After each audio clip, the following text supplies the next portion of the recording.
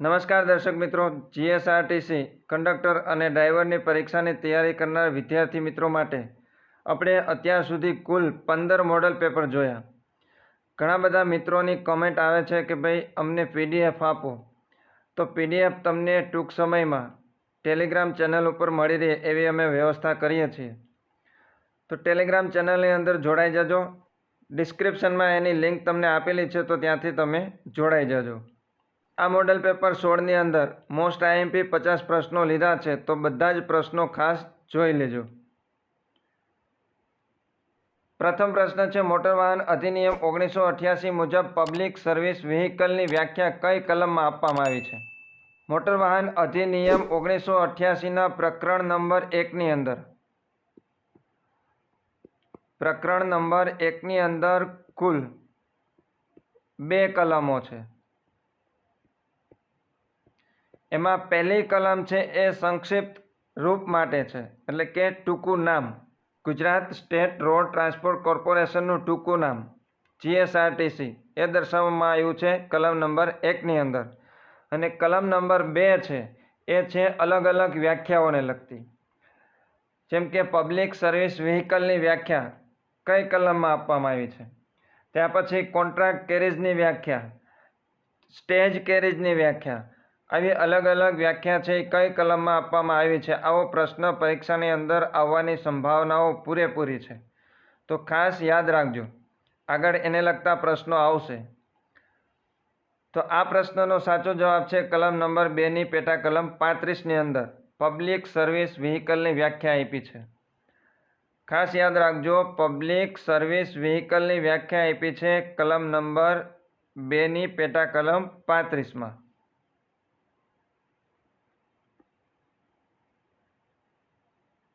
બીજો પ્રશ્ન છે, મોટર વાહન અધિનિયમ 1988 મુજબ કોન્ટ્રાક્ટ કેરેજની વ્યાખ્યા કઈ કલમમાં આપી છે?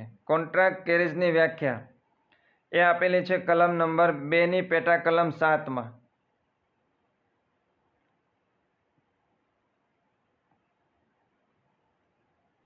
મોટર વાહન અધિનિયમ 1988 મુજબ સ્ટેજ કેરેજની વ્યાખ્યા કઈ કલમમાં આપવામાં આવી છે? સ્ટેજ કેરેજની વ્યાખ્યા આપવામાં આવી છે કલમ નંબર 2ની પેટા કલમ 40.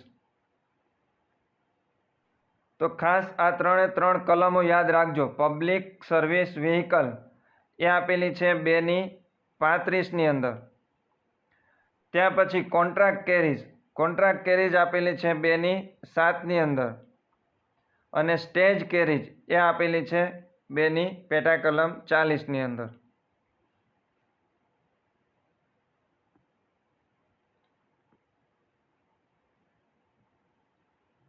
નવું વાહન જાહેર માર્ગ પર ચલાવતા પહેલા તેનું રજિસ્ટ્રેશન કરાવવું કઈ કલમ હેઠળ ફરજિયાત છે? નવું વાહન જાહેર માર્ગ પર ચલાવતા પહેલા તેનું રજિસ્ટ્રેશન કરાવવું છે એ ફરજિયાત છે, અને એ આપેલું છે કલમ નંબર 39માં.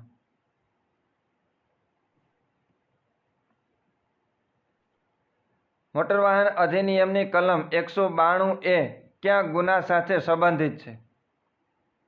192 છે માન્ય પરમિટ વગર અથવા તો પરમિટની શરતોનો ભંગ કરીને જો કોઈ વાહન ચલાવવામાં આવે તો 192 હેઠળ ગુનો બને છે. એટલે મોટર વાહન અધિનિયમની કલમ 192 છે એ છે પરમિટ બાબતે. એટલે માન્ય પરમિટ વગર અથવા તો પરમિટની શરતોનો ભંગ કરીને જો વાહન ચલાવવામાં આવે તો 192 હેઠળ છે ગુનો નોંધાશે.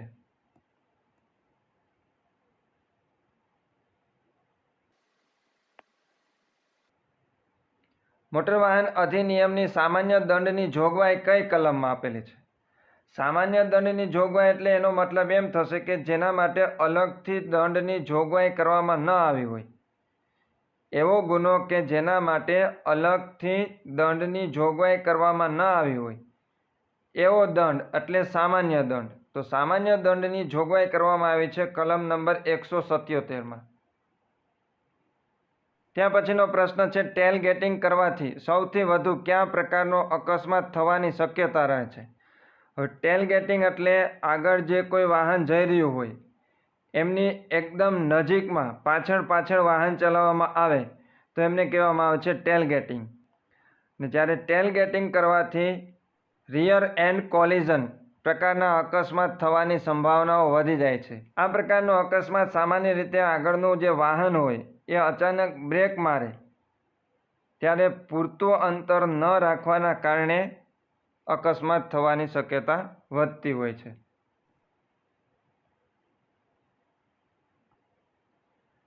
રાષ્ટ્રીય માર્ગ સુરક્ષા માસ સામાન્ય રીતે કયા સમયગાળા દરમિયાન ઉજવવામાં આવે છે? રાષ્ટ્રીય માર્ગ સુરક્ષા દર વર્ષે જાન્યુઆરી ફેબ્રુઆરી આ મહિનાની અંદર રાષ્ટ્રીય માર્ગ સુરક્ષા માટેનો કાર્યક્રમ છે ઉજવવામાં આવતો હોય છે. એટલે સાચો જવાબ છે બી, જાન્યુઆરી ફેબ્રુઆરી.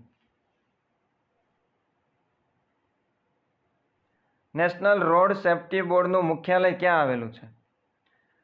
તો નેશનલ રોડ સેફ્ટી બોર્ડનું મુખ્યાલય આવેલું છે નવી દિલ્હી ખાતે.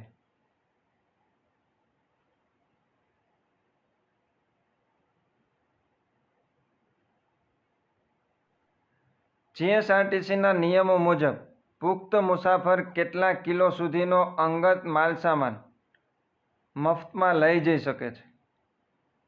કોઈ એક મુસાફર છે એ પોતાની સાથે કુલ કેટલા કિલો સુધીની વસ્તુઓ છે ફ્રીમાં લઈ જઈ શકે છે? જવાબ છે 25 કિલો. કોઈ મુસાફર પોતાની સાથે 25 કિલો સુધીનો સામાન છે એ મફતમાં લઈ જઈ શકે છે.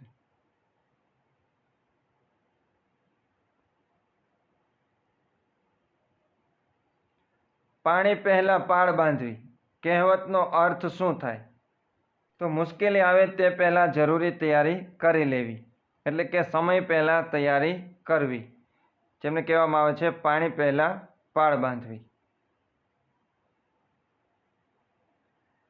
નીચેના વિધાનો ઉપર વિચાર કરો. પ્રથમ આપ્યું છે અરવલ્લી ભારતની સૌથી પ્રાચીન પર્વતમાળા છે. તો એ સાચું છે. અરવલ્લી છે ભારતની સૌથી પ્રાચીન પર્વતમાળા છે. અરવલ્લી પર્વતમાળાને લગતા જેટલા પ્રશ્નો બને છે એમનો એક સ્પેશિયલ વિડીયો બનાવ્યો છે.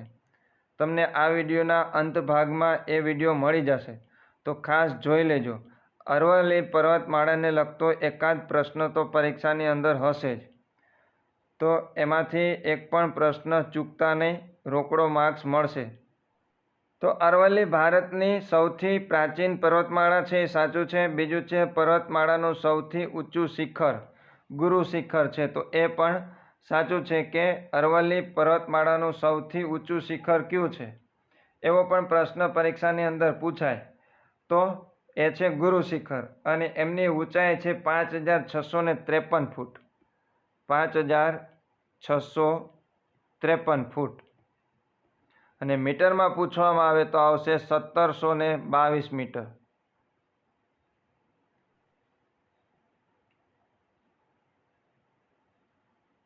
ત્યાર પછી 3:40 વાગ્યે કલાક અને મિનિટ કાંટા વચ્ચેનો નાનો ખૂણો કેટલો હશે? 3:40 કલાકે મિનિટ કાંટો અને કલાક કાંટા વચ્ચેનો ખૂણો કેટલો હશે એ આપણે ગોતવાનો છે.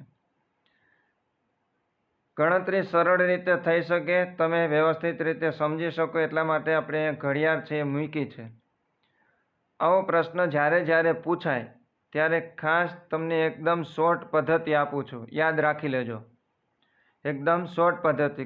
ગમે તેવો અઘરો પૂછાય, મિનિટ કાંટો અને કલાક કાંટા વચ્ચેનો ખૂણો ગોતવાનો થાય ત્યારે કેવી રીતના ગોતવું, એમાં બે વસ્તુ તમારે ખાસ યાદ રાખવાની. એક તો 2 અંક વચ્ચેનો જે ખૂણો બને છે એ 30 ડિગ્રીનો બને, આટલું યાદ રાખવાનું તમારે. 2 અંક વચ્ચેનો ખૂણો એટલે કે 1 થી 2 30 ડિગ્રી, 2 થી 3 30 ડિગ્રી, એવી રીતના 3 થી 4 દરેક અંક વચ્ચે કુલ કેટલા ડિગ્રીનો ખૂણો બનશે? 30 ડિગ્રીનો. બીજું, મિનિટ કાંટો જો 12 હોય, મિનિટ કાંટો 12 હોય અને 60 મિનિટ ચાલે, 60 મિનિટ ચાલે, ટૂંકમાં કહીએ તો મિનિટ કાંટો 60 મિનિટ ચાલે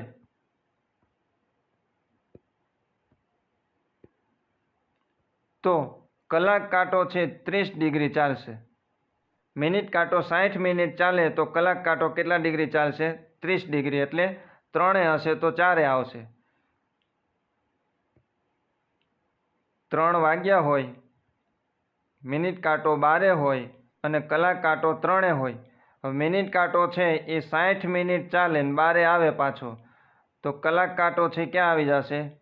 4 આવી જશે. એટલે બે અંક વચ્ચેનો ખૂણો કેટલો બને છે? 30 ડિગ્રીનો. એટલે 60 મિનિટ કાંટો ચાલે ત્યારે કલાક કાંટો કેટલા ડિગ્રી ચાલશે? 30 ડિગ્રી. બે વસ્તુ તમારે યાદ રાખવાની છે કે બે અંક વચ્ચેનો ખૂણો 30 ડિગ્રી બને છે અને મિનિટ કાંટો છે એ 60 મિનિટ ચાલે ત્યારે કલાક કાંટો છે એ 30 ડિગ્રી ચાલશે. હવે 3 ને 40 મિનિટ એટલે આપણે 3 થી 8 સુધી ગણતરી કરવાની છે. બે અંક વચ્ચે 30 ડિગ્રીનો ખૂણો બને છે તો 1, 2, 3, 4 અને 5. 30 ગુણ્યા 5 કરશું આપણે. 30 ગુણ્યા 5 એટલે 5 તેરી 15, કુલ 150 ડિગ્રીનો ખૂણો બનશે. પરંતુ મિનિટ કાંટો છે એ 40 મિનિટ ચાલે છે તો કલાક કાંટો પણ ચાલશે. હવે આપણે જોયું હતું કે મિનિટ કાંટો 60 મિનિટ ચાલે ત્યારે કલાક કાંટો 30 ડિગ્રી ચાલે. હવે અહીં કીધું છે મિનિટ કાંટો કેટલા મિનિટ ચાલે છે? 40 મિનિટ ચાલે છે. એટલે 40 મિનિટ ચાલે તો કલાક કાંટો કેટલા ડિગ્રી ચાલશે? ત્રિરાશિ મૂકીએ તો 40 ગુણ્યા 30 ભાગ્યા 60. છેદ ઉડાડશું તો અહીંયા આવશે 2 અને 40 ભાગ્યા 2 કરશું એટલે આવશે 20. કલાક કાંટો છે 3 થી થોડોક આગળ વધે છે. 3 થી કેટલો આગળ વધશે? તો કે 20 ડિગ્રી. હવે 3 થી 8 સુધી આપણે જોયું તો કેટલા ડિગ્રી થાય? 150. 150 માંથી કલાક કાંટો 20 ડિગ્રી હાલી જાય છે એટલે 150 માંથી આપણે 20 બાદ કરશું એટલે આવશે 130. જે આપણે અહીં પૂછ્યો ઓપ્શનમાં સી.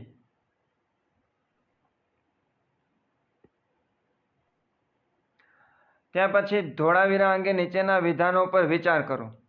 પ્રથમ અહીં પૂછે ધોળાવીરા યુનેસ્કો વિશ્વ ધરોહર સ્થળ છે તો એ વિધાન છે સાચું છે. 2021માં એમને સ્થાન આપવામાં આવ્યું છે યુનેસ્કો દ્વારા.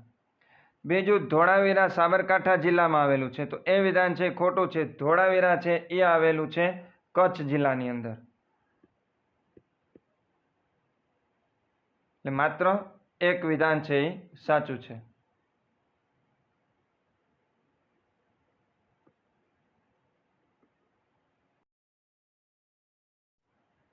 ભારતમાં પ્રથમ સ્વતંત્ર દિલ્હી સલ્તનતની સ્થાપના કોના દ્વારા કરવામાં આવી હતી?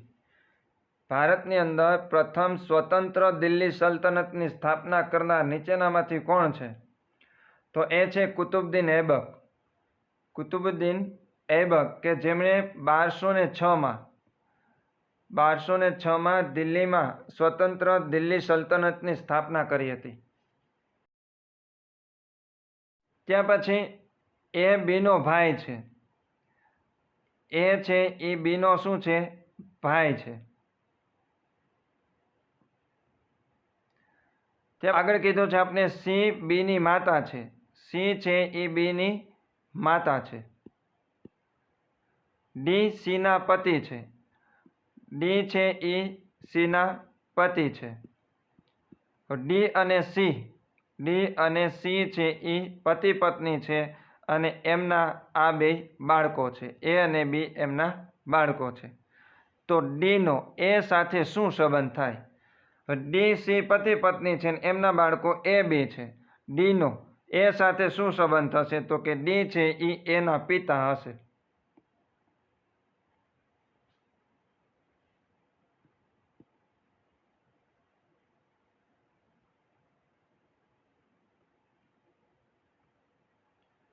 નીચેનામાંથી સાચી જોડણી કઈ છે? સાચી જોડણી આપણે આશીર્વાદ આપ્યો છે. આશીર્વાદની સાચી જોડણી થશે સી છે એ દીર્ઘય આવશે. આશીર્વાદ.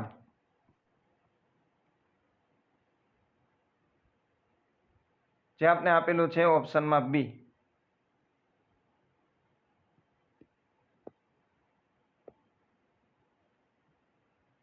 ભારતમાં સૌથી વધુ બોક્સાઇટનું ઉત્પાદન કયા રાજ્યમાં થાય છે? ભારતની અંદર સૌથી વધુ બોક્સાઇટનું ઉત્પાદન કરતું રાજ્ય છે ઓડિશા. ઓડિશા છે એ પ્રથમ ક્રમે આવે છે અને આપણું ગુજરાત છે એ બીજા ક્રમે આવશે.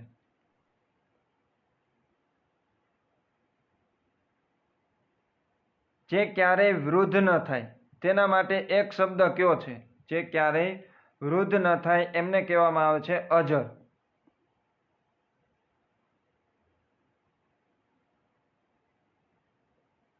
માન્ય પરમિટ વગર સ્ટેજ કેરેજ ચલાવવા બદલ કઈ કલમ હેઠળ કાર્યવાહી થાય છે? દર્શક મિત્રો, આ બાબતનો પ્રશ્ન છે આપણે આગળ જોયો છે કે કઈ એવી કલમ છે કે જેમાં પરમિટ લેવી ફરજિયાત છે એવું દર્શાવવામાં આવ્યું છે. એટલે કે કઈ કલમ હેઠળ પરમિટ લેવી ફરજિયાત છે સ્ટેજ કેરેજ માટે? ઓપ્શન આપ્યું છે કલમ 39, કલમ 192A, કલમ 184 અને કલમ 177. આનો જવાબ તમારે કમેન્ટ બોક્સની અંદર લખવાનો છે કે માન્ય પરમિટ વગર સ્ટેજ કેરેજ ચલાવવા બદલ કઈ કલમ હેઠળ કાર્યવાહી થઈ છે.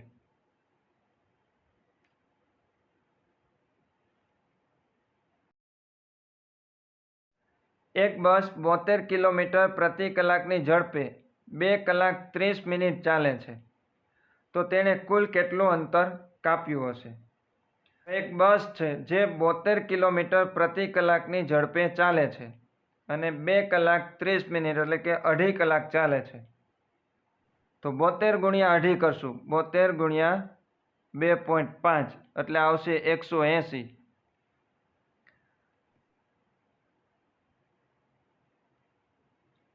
નીચેનામાંથી કઈ નદી પશ્ચિમ તરફ વહે છે?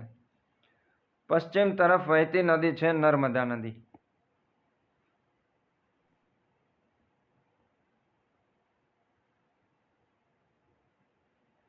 નીચેનામાંથી કયો શબ્દ ભાવવાચક સંજ્ઞા નથી?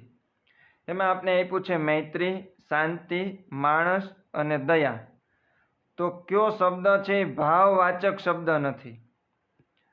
તો મૈત્રી છે એ ભાવવાચક છે, શાંતિ છે એ પણ ભાવવાચક છે અને દયા પણ ભાવવાચક શબ્દ છે, જ્યારે માણસ છે એ ભાવવાચક શબ્દ નથી. એટલે જવાબ છે સી, માણસ.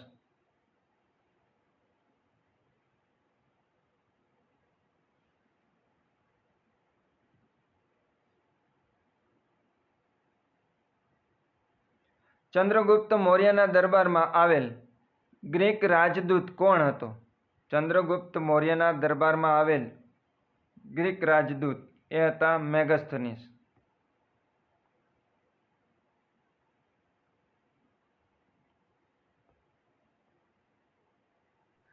ત્યાં પછી આપણે આપેલી છે સિરીઝ 7, 15, 31, 63 અને 127.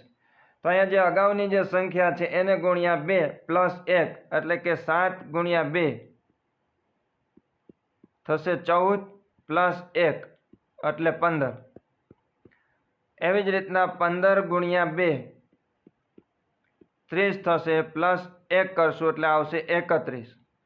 એવી જ રીતના 63 આવશે. એવી જ રીતના 127 અને 127 ગુણ્યા 2 કરીએ. 127 ગુણ્યા 2 કરશું એટલે આવશે 254, પ્લસ 1 કરશું એટલે આવશે 255.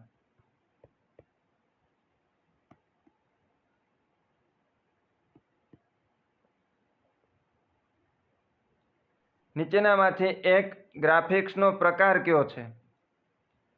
તો એમાં આપણે ઓપ્શન આપેલો છે ફોટો, ત્યાર પછી આપ્યું છે રેસ્ટર, ક્લિપઆર્ટ અને પીટ. ગ્રાફિકનો પ્રકાર છે રેસ્ટર. બે પ્રકાર છે, એક છે રેસ્ટર અને બીજું છે વેક્ટર.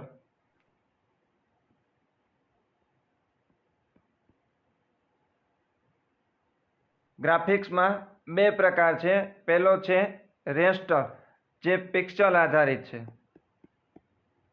પિક્સેલ આધારિત, અને વેક્ટર છે એ લાઈન આધારિત છે, લાઈન અથવા તો શેપ.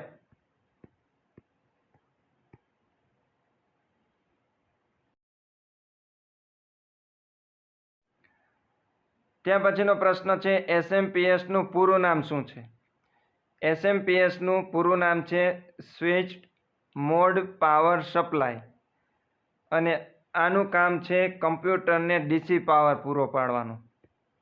કમ્પ્યુટરને ડીસી પાવર પૂરો પાડવાનું કામ કોણ કરે છે? તો કે SMPS.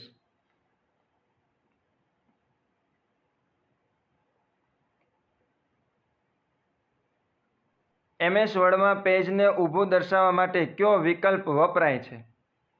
પેજને ઊભું દર્શાવવા માટે પોર્ટ્રેટ, આડું દર્શાવવા માટે લેન્ડસ્કેપ.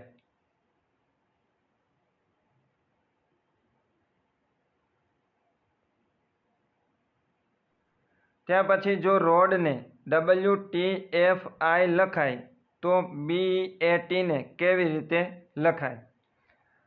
અહીંયા જે કોડિંગ ડીકોડિંગને લગતો આપણે પ્રશ્ન આપ્યો છે એમાં દરેક અક્ષર છે કે R ને W બતાવવામાં આવ્યો છે, એટલે R પછી 5 અક્ષર આપણે પ્લસ કરવાના. R પછી S, T, U, V અને W 5 અક્ષર પ્લસ કરવાના, એટલે R નો થઈ જશે W. એવી જ રીતના O પછી 5 અક્ષર આપણે પ્લસ કરશું એટલે થશે T. એમાં 5 અક્ષર પ્લસ કરશું એટલે આવશે F. અને એવી જ રીતના ડીમાં 5 અક્ષર પ્લસ કરશું એટલે આવશે I. તો એવી જ રીતના આપણે B, E, A, Tમાં 5 અક્ષર આપણે પ્લસ કરશું. દરેકમાં કેટલા અક્ષર પ્લસ કરશું? 5 અક્ષર. બીમાં 5 અક્ષર પ્લસ કરશું એટલે આવશે G. પછી ઈમાં 5 અક્ષર પ્લસ કરશું એટલે આવશે J. એમાં 5 અક્ષર પ્લસ કરશું એટલે આવશે F. અને ટીમાં 5 અક્ષર પ્લસ કરશું એટલે આવશે Y.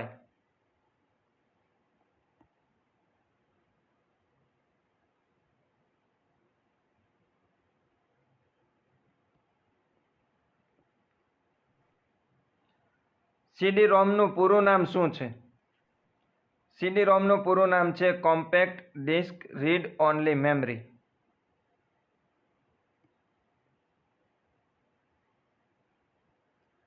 એક વેબસાઇટ પરથી બીજી વેબસાઇટ પર ફરવાની પ્રક્રિયાને શું કહે છે? એક વેબસાઇટ પરથી બીજી વેબસાઇટ પર ફરવાની જે પ્રક્રિયા છે એને કહેવામાં આવે છે સર્ફિંગ.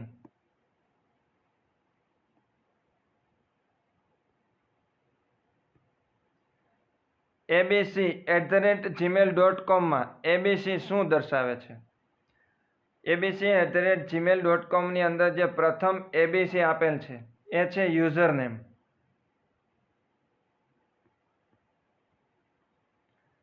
જ્યારે @ છે એ એક સિમ્બોલ છે. જીમેલ છે એ ડોમેન નેમ છે. જીમેલ છે એ શું છે? ડોમેન નેમ છે. અને .com છે એ ડોમેન નેમનો પ્રકાર છે.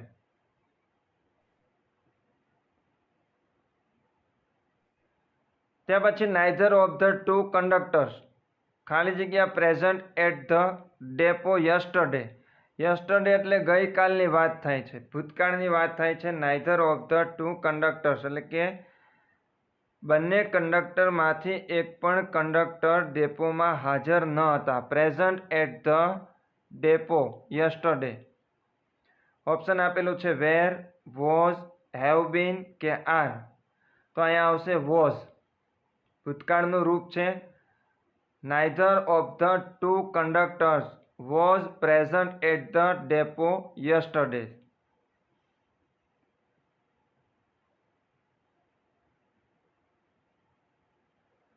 Choose the correct preposition. The passengers are waiting ખાલી જગ્યા ધ બસ. બસની રાહ જોઈ રહ્યા છે. કોણ? તો કે પેસેન્જર. તો એમાં શું આવશે? એટ, ફોર, ઓન કે વિથ? તો એમાં આવશે ફોર. કોની રાહ જોઈ રહ્યા છે? તો કે બસની રાહ જોઈ રહ્યા છે. એટલે the passenger are waiting for the બસ.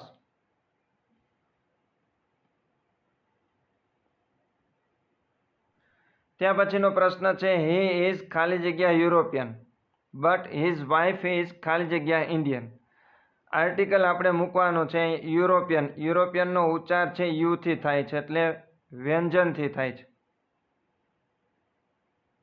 વ્યંજનથી થતો હોય ત્યારે આગળ આવશે એ, અને ઇન્ડિયન છે એ સ્વરથી એમનો ઉચ્ચાર થાય છે એટલે અહીંયા આવશે an. He is a European but his wife is an Indian.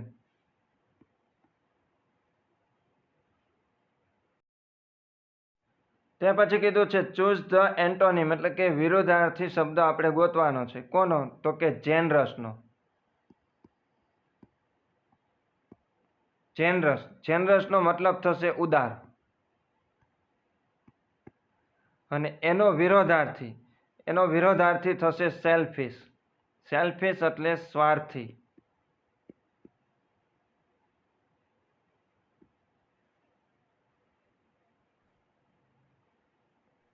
ત્યાર પછી choose the meaning of brave. બ્રેવનો મતલબ થશે બહાદુર. તો એમાં આવશે ફિયરલેસ. ફિયરલેસ એટલે નિર્ભય અથવા તો જે ડરપોક નથી તે ફિયરલેસ.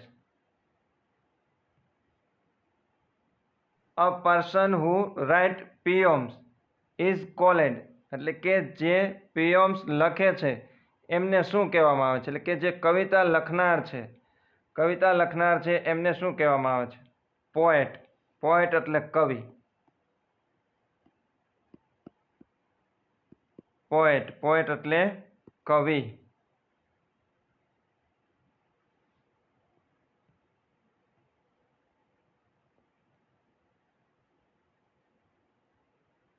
જેનું વર્ણન કરી શકાય નહીં તેના માટે એક શબ્દ કયો છે? એમને કહેવામાં આવે છે અવર્ણનીય. અવર્ણનીય એટલે જેનું વર્ણન કરી શકાય નહીં તેવું.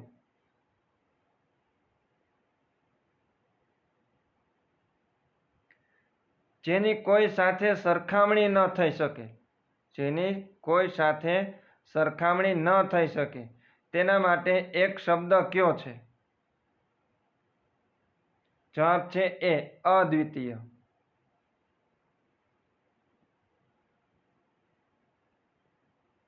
હડપ્પા સંસ્કૃતિનું સૌથી મોટું સ્થળ કયું છે? હડપ્પા સંસ્કૃતિનું સૌથી મોટું સ્થળ છે એ આવેલું છે હરિયાણાની અંદર, અને એ છે રાખીગઢી.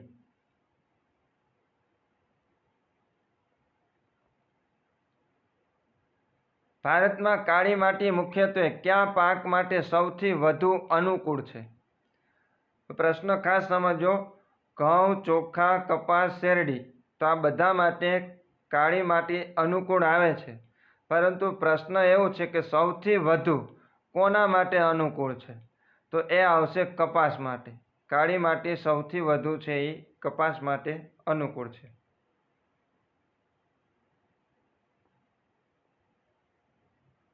ત્યાર પછી ભાભર પ્રદેશ. ભાભર પ્રદેશ એટલે કાંકરાવાળો પ્રદેશ.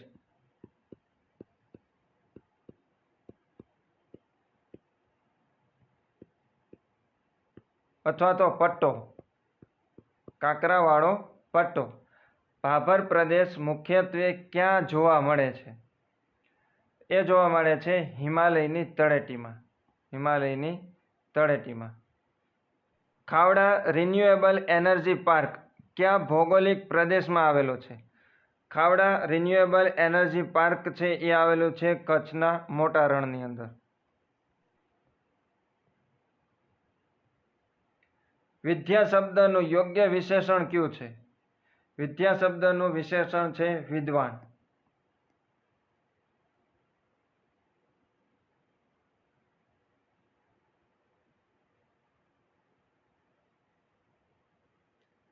કમ્પ્યુટર બંધ કરતા કઈ મેમરીમાં રહેલો ડેટા નાશ પામે છે?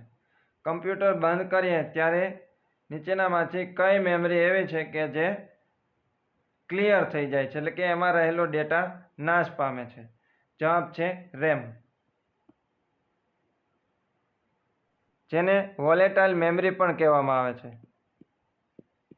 Volatile memory.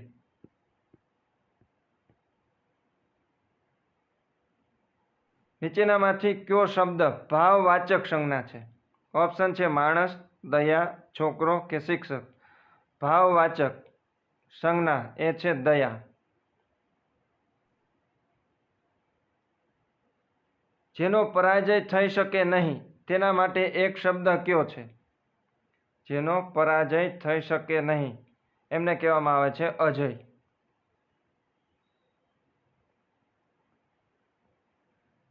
મોટર વાહન અધિનિયમ મુજબ પબ્લિક સર્વિસ વ્હીકલનો મુખ્ય હેતુ શું છે? પબ્લિક સર્વિસ વ્હીકલનો મુખ્ય હેતુ છે ભાડા માટે મુસાફરોનું પરિવહન.